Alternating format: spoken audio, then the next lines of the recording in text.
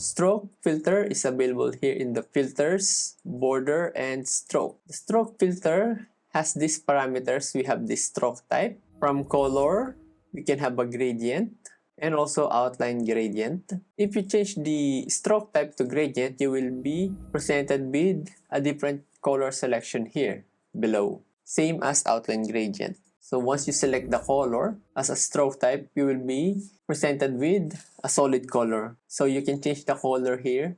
So with almost the thickness of the stroke, if we increase this one or decrease, let's decrease it first. Width of 1, it is really faint, and a width of 100 will give you this kind of result. It depends on you how thick or how big is the width of the stroke you will apply on your layer. Let's reset that. So position, we have 3. We have the outside, centered, and inside. Currently outside. Let's reduce the mix so that we can see. You can see in here that the stroke is outside of the text. Centered, then inside. The stroke will be inside of the text. So offset, it just adds a gap between the stroke and the text source or the source of the stroke.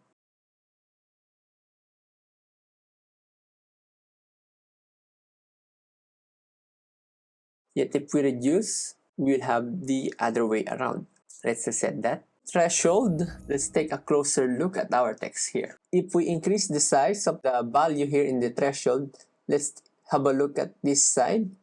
So if we increase this one, this side, take a look. You notice that it almost smoothens out the low value pixels or lower opacity pixels and make it solid or 100% opaque. Okay, so that's what threshold do. Then fade inside. Now that we're zoomed in with our text, it's much better to see the difference. So fade inside. Currently our position is outside, right? The inside of the stroke will have a fade. That's what it do. So if we increase this one, fade inside, you will see that we have this darker or fade happening inside the stroke, just like this. So let's reset the offset. You will notice that it created a drop shadow effect on the layer it's been applied to. So of course, if you set it to 100, the stroke will disappear. So fade outside. If this one, fade inside, starts from the inside, the fade outside starts from the outside. Let's increase the parameter, or let's change the parameter gradually. You will notice the difference here, right?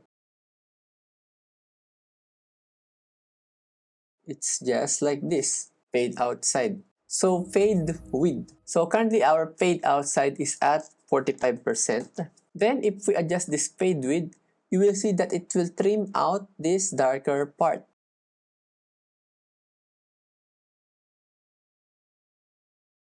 Did you notice the difference? Fade width at 100%, then fade width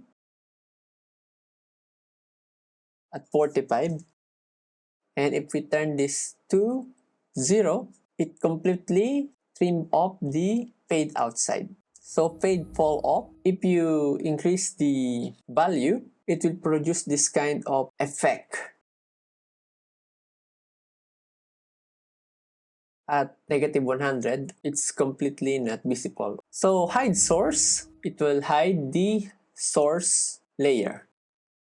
Similar to this. If you have seen my tutorials, I use this stroke filter most of the time. So you know that I just adjust the color and hide source. So let's reset this. So that's how to use the stroke filter in Apple Motion.